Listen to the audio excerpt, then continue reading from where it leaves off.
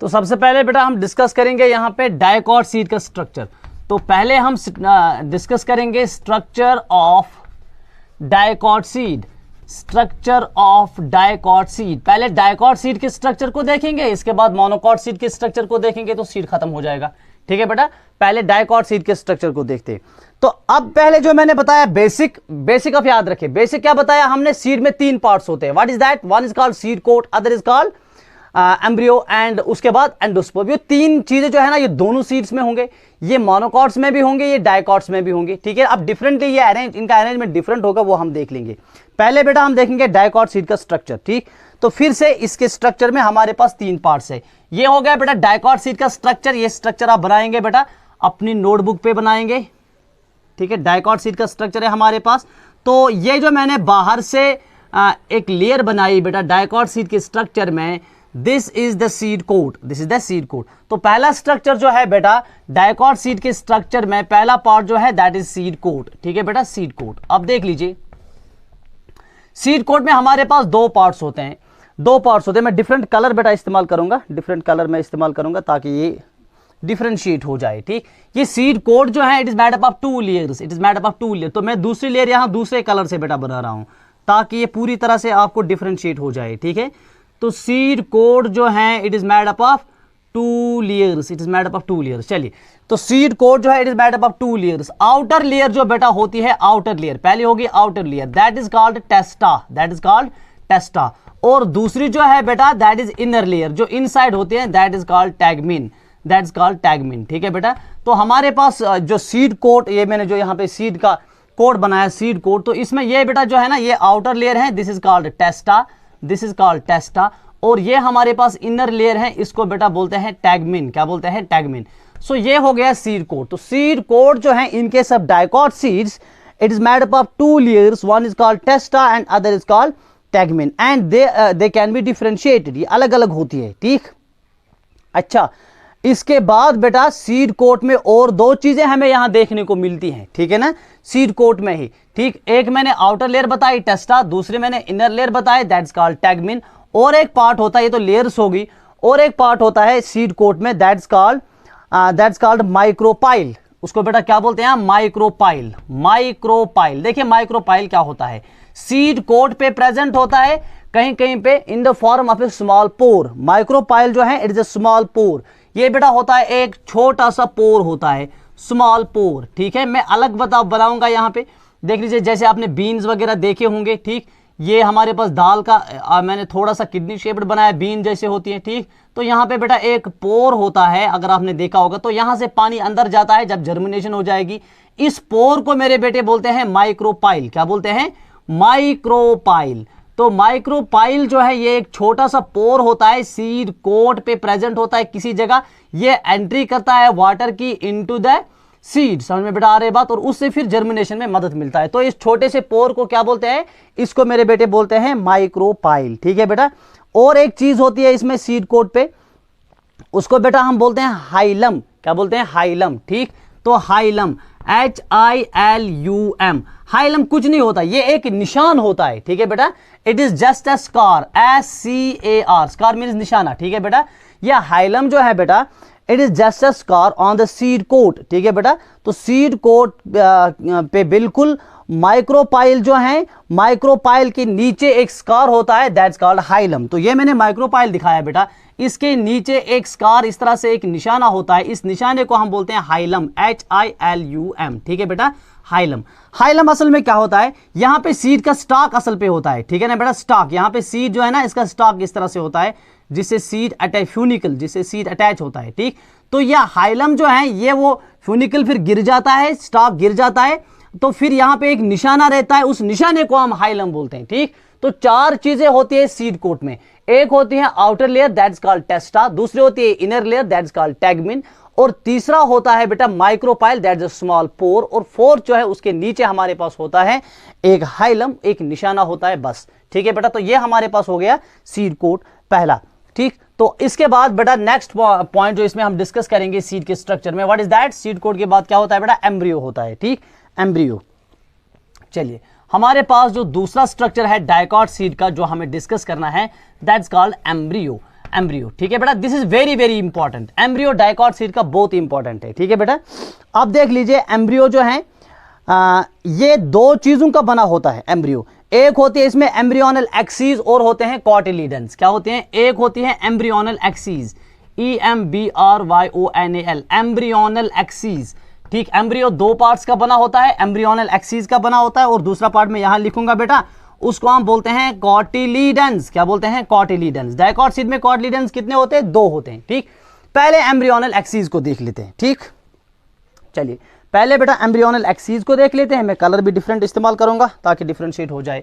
ये मैं यहाँ पे बेटा एक एक्सीज इस तरह से बना रहा हूँ सीड के अंदर, सीड कोट के अंदर इस तरह से एक एक्सीज होती है, और इस एक्सीज को बेटा हम बोलते हैं एम्ब्रियोनल एक्सीज। क्या बोलते हैं? एम्ब्रियोनल एक्सीज, ठीक। इतनी बड़ी नहीं होती है, मैं ये समझाने के लिए बता रहा हूँ, ठीक। तो एम्ब्रियोनल एक्सीज जो है बेटा, इसको कभी कभी हम बोलते हैं टाइजिलम, TIGELLUM।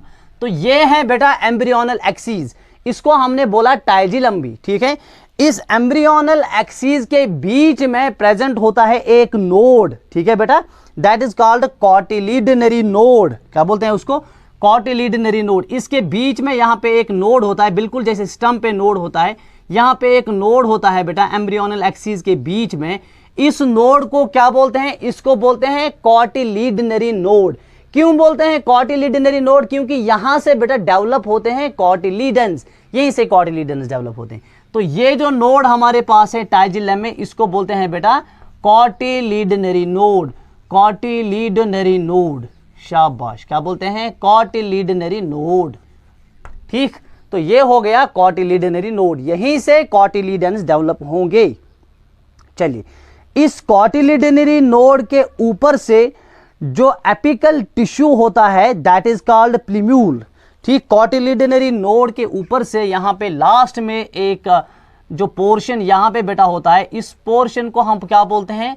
इसको बोलते हैं प्लीम्यूल। क्या बोलते हैं? प्लीम्यूल, PLUMULE, प्लीम्यूल। और नीचे वाले साइड से जो पोर्शन मेरे बेटे होता है, इसको क्या बोलते हैं? इसको बोलते हैं रेडिकल, RADICLE, रेडिकल। समझ में बेटा आ रही बात? फिर से मैं बता रहा हूं, याद रखिए, थोड़ा अटेंटिव रहें। एक एक्सीज होती है, उसको बोलते हैं एम्ब्रियोनल एक्सीज, और एम्ब्रियोनल एक्सीज के बीच में जो नोड होता है दैट्स कॉल्ड कॉटिलीडनरी नोड। एम्ब्रियो का स्ट्रक्चर बता रहा हूं, ठीक। कॉटिलीडनरी नोड के ऊपर जो एपिकल पोर्शन पे सेल्स या ये पोर्शन होता है, इसको बोलता है प्लीम्यूल। तो यहीं से डेवलप होता है शूट, ठीक। तो नीचे वाले एपिकल पोर्शन पे एक स्पेशल टिश्यू होता है दैट्स कॉल्ड रेडिकल, और ये रेडिकल जो है it later develops into the root system, ठीक है बेटा। अब समझे मेरी बात को, ठीक है। अब समझें, हमारे पास जो कॉटिलीडनरी नोड है और हमारे पास जो प्लीम्यूल है, कॉटिलीडनरी नोड है और प्लीम्यूल है, इनके बीच में ये जो पोर्शन हमारे पास बचा, इसको मेरे बेटे बोलते हैं एपिकोटाइल। क्या बोलते हैं? यहां से मैं रब करूंगा, इसको क्या बोलते हैं? Epicotyl, EPICOTYL। क्या बोलते हैं? एपिकोटाइल। और यहां कॉटिलीडनरी नोड और रेडिकल के बीच में जो वाला ये पोर्शन है, इसको बोलते हैं मेरे बेटे हाइपोकोटाइल, HYPOCOTYL, हाइपोकोटाइल। नाम याद रखने, हाँ नाम याद रखने, ठीक। देख लीजिए बेटा, बीच में कॉटिलीडनरी नोड, रिपीट कर रहा हूं, कॉटिलीडनरी नोड के ऊपर वाले साइड से प्लीम्यूल है और नीचे वाले साइड से एपिकल पार्ट पे रेडिकल है। इन दोनों के बीच में जो पोर्शन है दैट्स कॉल्ड एपिकोटाइल, और इन दोनों के बीच में जो पोर्शन है दैट्स कॉल्ड हाइपोकोटाइल। इतना समझ में बेटा आ गया, ठीक।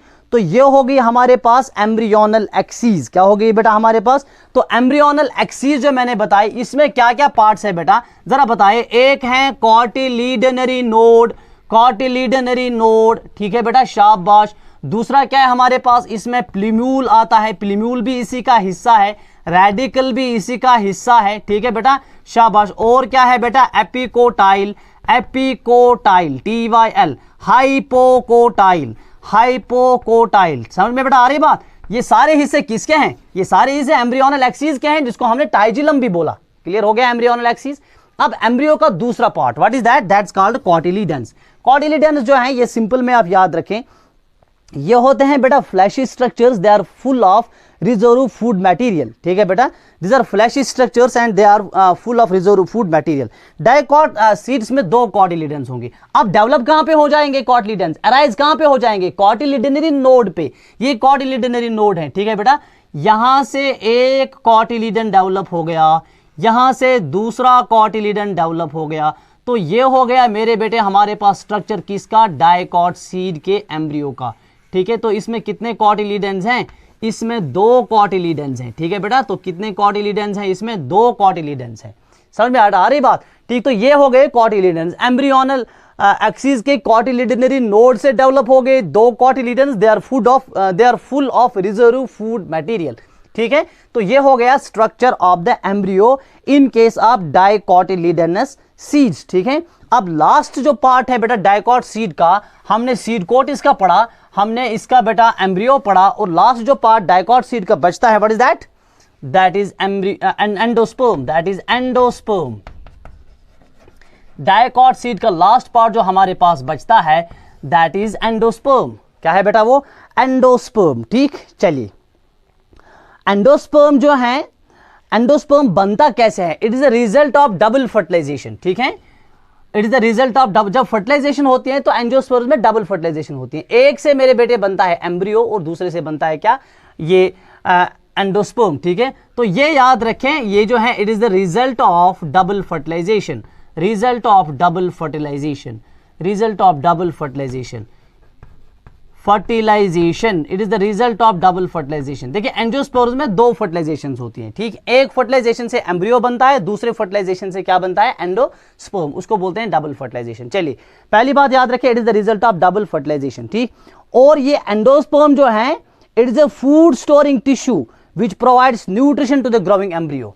इसमें क्या होता है बेटा, it stores food, it stores food, इसमें बेटा फूड होता है स्टोर, ठीक है ना। और इसकी फंक्शन क्या होते हैं, it provides nutrition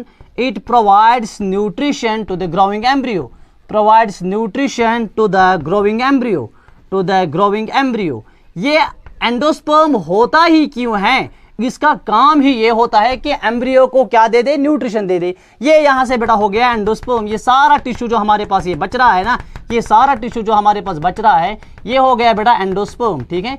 और ये एंडोस्पर्म जो है इट इज न्यूट्रिटिव, एंडोस्पर्म क्या है बेटा, ये न्यूट्रिटिव है। एंडोस्पर्म ये किसको न्यूट्रिशन प्रोवाइड कर रहा है, एम्ब्रियो को न्यूट्रिशन प्रोवाइड कर रहा है, ठीक। तो 3 पार्ट्स ये हो गए डाइकॉट सीड के हमारे पास। एक मैंने सीड कोट बताया, ठीक है ना, ये सीड कोट हो गया, इसकी लेयर्स वगैरह समझा दी, फिर एम्ब्रियो का स्ट्रक्चर डिटेल में समझाया, और फिर सराउंडिंग टिश्यू जो है इसको बेटा हम क्या बोलते हैं, एंडोस्पर्म, ठीक। This is very important point, तो ये याद रखें, यही डायग्राम आप बनाए, यही नीट के लिए भी बेटा आप प्रिपेयर करें, ठीक। और ये वाली डायग्राम आपको यूजुअली बुक्स पे नहीं मिलती है, टेक्स्ट की डायग्राम जो है that is a little bit confusing, ठीक। तो ये वाली डायग्राम आप ले लेंगे इसके लिए।